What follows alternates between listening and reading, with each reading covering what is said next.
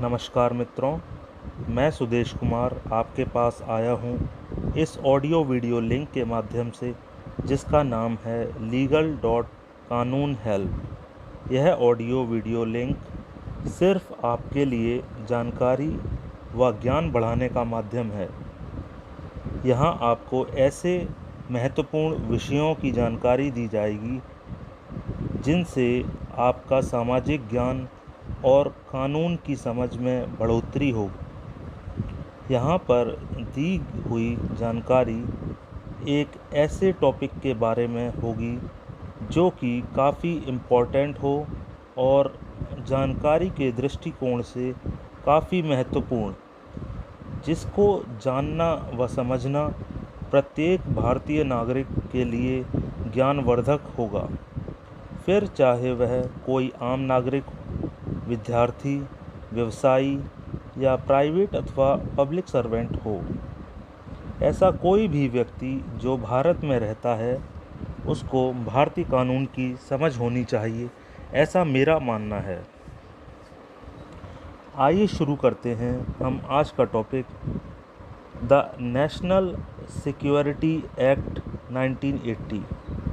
और मैं हूं आपका मित्र सुदेश कुमार और आप सुन रहे हैं लिंक legal.कानून हेल्प। हिंदी में द नेशनल सिक्योरिटी एक्ट 1980 को कहते हैं राष्ट्रीय सुरक्षा अधिनियम 1980 या राष्ट्रीय सुरक्षा कानून, और शॉर्ट में इसे रासुका भी कहा जाता है। इंग्लिश में द नेशनल सिक्योरिटी एक्ट को शॉर्ट में NSA के नाम से भी जानते हैं। आइए समझते हैं कि क्या है ये NSA यानी रासुका, जिसका इस्तेमाल सरकार प्रदर्शनकारियों व लोगों पर लगाम लगाने के लिए करती है।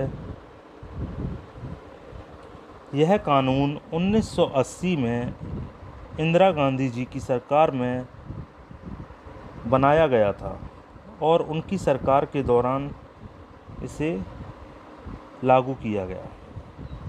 यह NSA स्टेट और सेंटर यानी राज्य और केंद्र को संदिग्ध व्यक्ति को हिरासत में लेने की शक्ति देता है।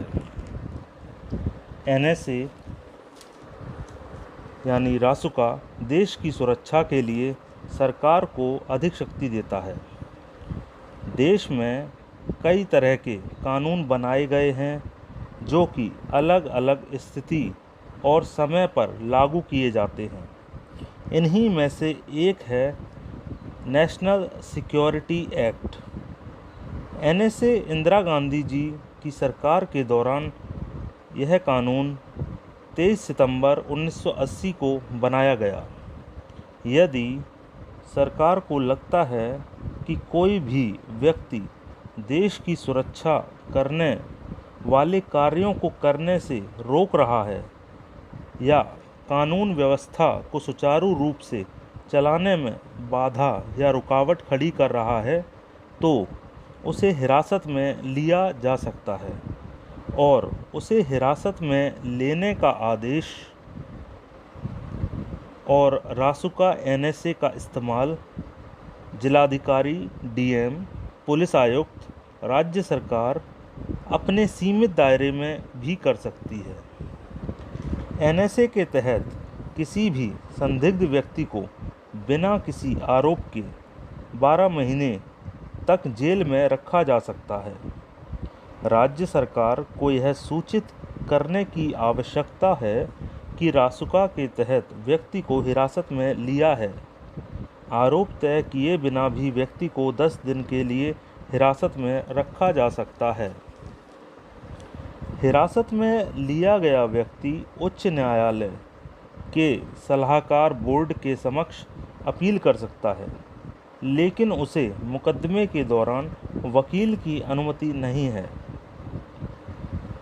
गिरफ्तारी के बाद अधिकारी को राज्य सरकार को बताना होता है कि किस आधार पर गिरफ्तारी हुई है। जब तक राज्य सरकार अप्रूवल नहीं देती, तब तक गिरफ्तारी केवल 12 दिन की ही हो सकती है। उदाहरण या एग्जाम्पल के तौर पर समझते हैं कि यदि कोरोना वायरस या कोई भी महामारी या वायरस से संक्रमित कोई व्यक्ति दूसरे व्यक्ति को लापरवाही में संक्रमित कर दे अथवा जानबूझकर दूसरे व्यक्ति को संक्रमित कर दे तो उसके खिलाफ एनएसए लगेगा। ऐसे में उस व्यक्ति को जमानत नहीं मिलेगी। एनएसए बोर्ड ही तय करेगा, रासुका बोर्ड का ही फाइनल डिसीज़न होगा। अगर एनएसए बोर्ड मना कर देगा तो एनएसए लगने के बाद भी व्यक्ति छूट जाएगा।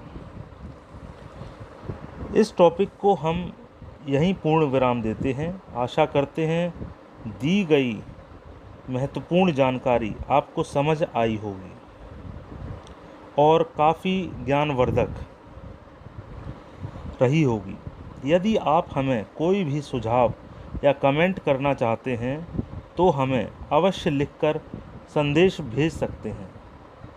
हमारा ईमेल आईडी है legal.kanunhelp@gmail.com और आप हमें फेसबुक पेज पर भी लाइक कर सकते हैं। धन्यवाद सहित आपका दिन शुभ हो।